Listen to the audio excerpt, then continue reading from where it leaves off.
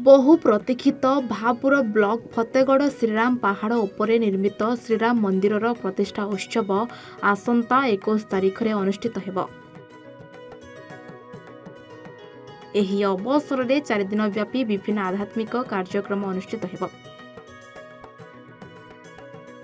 21 तारिख में जगतगुरु शंकराचार्य स्वामी निश्चलानंद सरस्वती, गजपति महाराज, दिव्य सिंह देव और 5T अध्यक्ष VK पांडियान अतिथि भाव जोगदेवार कार्यक्रम रही।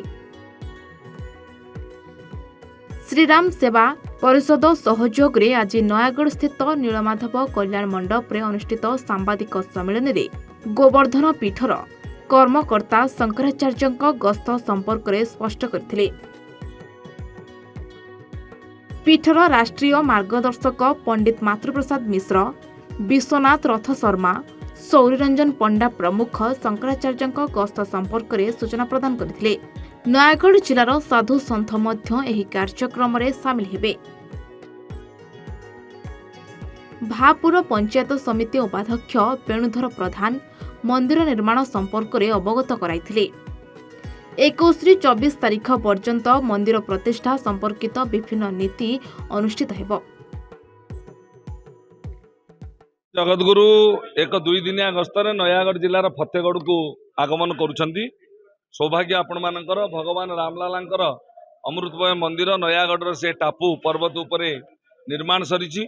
तेणु मंदिर और विग्रह उभयंकर प्रतिष्ठा उत्सव रे मुख्य पुरोधा भाव में पूज्य जगतगुरु आसंता 20 एवं 21 2 दिन नयागढ़ जिलार फतेगढ़ अवस्थान करेंगे।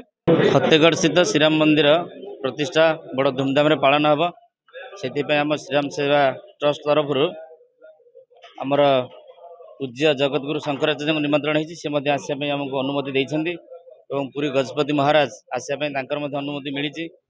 आमर 5T अध्यक्ष VK पांडियान सर आसपाई कनसेप्ट मिली। बहुत राजनेता मठ मस्जिद आमर पाखे जगन्नाथ संस्कृति आपन जानते नीलमाधव निमंत्रण कर आम नयागढ़ ओडंगा एवं शरणकूल समस्त जिते धर्म अनुष्ठान अच्छे समस्त आम जोगाजोग समस्त मतामत अच्छे आसपाई आमको कनसेप्ट देते।